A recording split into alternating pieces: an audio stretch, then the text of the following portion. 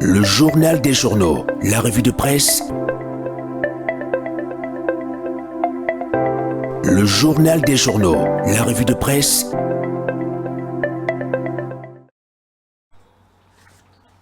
Place à présent au regard des journaux. Que disent les quotidiens ce matin? Quels sujets donnent les unes? Marcelin Niébé, pour vous, nous rejoint sur ce plateau. Bonjour et bienvenue Marcelin.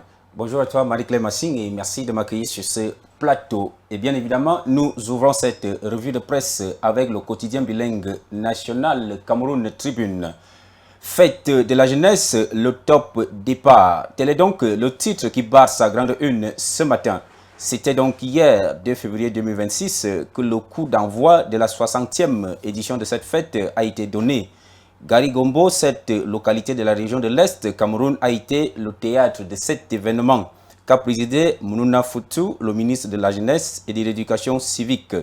Lisez à propos les pages spéciales de ce numéro du journal. Le numéro spécial également, l'étudiant, numéro spécial du journal L'étudiant, en fait aussi écho en titrant sa une. Ainsi, Round-up, onzaine de la jeunesse, et c'est parti. C'est en page 2. Ayant donc cette fête en vue, le journal d'expression anglaise Daily Voice décrit les comportements d'une jeunesse camerounaise qui va à la dérive. De plus en plus, il titre « Sex, Drugs, Porn, Scandals Exploding in Schools ». Konak, l'offensive anti-corruption. Tel est donc le titre qui barre la une du quotidien Le Citoyen. Des annonces phares ont été faites par le président de cette instance, le révérend Dr Massigams, à l'occasion de la présentation des vœux de Nouvel An à lui et à ses proches collaborateurs. Pour lui, plus de 8000 dénonciations, 30 interventions rapides et 9 enquêtes et 2 cliniques anticorruption ont été réalisées en 2025.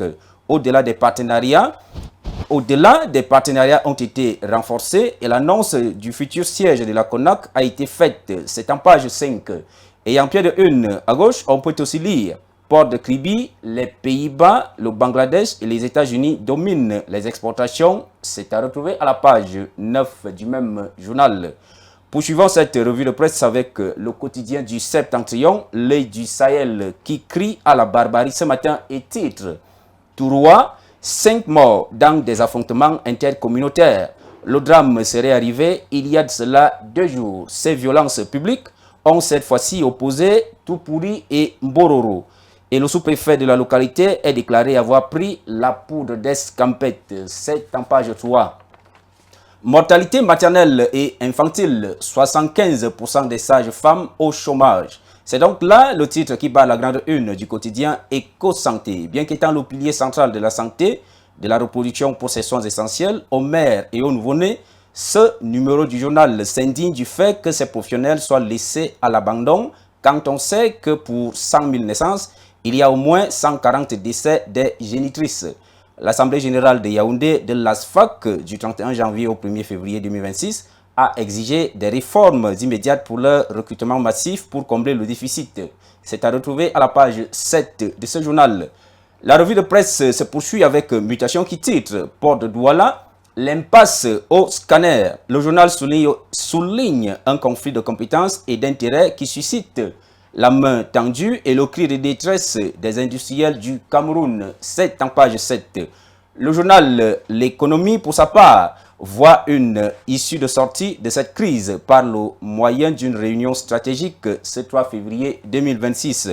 Il titre par conséquent à une Scanning au PAD transatlantique assure le service malgré l'arbitrage de la primature. C'est à retrouver à la page 3 du dit journal. Le journal Le Point en parle aussi pour refermer cette revue de presse en titrant Affaire du scanning au PAD, SGS, Minfi, primature, présidence de la République et Boul Nganjanga. Comprenez, confusion totale. Ayez d'amples éclairages sur toutes ces informations en vous procurant les journaux en question au kiosque le plus proche de chez vous en déboursant la modique somme de 400 francs CFA le journal. Merci à toi Marie-Claire de l'intérêt. Merci Marcelin, et à demain. Mesdames, Messieurs, c'est la fin de cette édition dominée par les faits divers, marqués par des drames humains et des inquiétudes sociales, mais avec bien sûr quelques notes d'espoir. Merci de nous avoir été fidèles. À demain. Excellente journée avec nos programmes. Au Cameroun, un peu plus d'un an.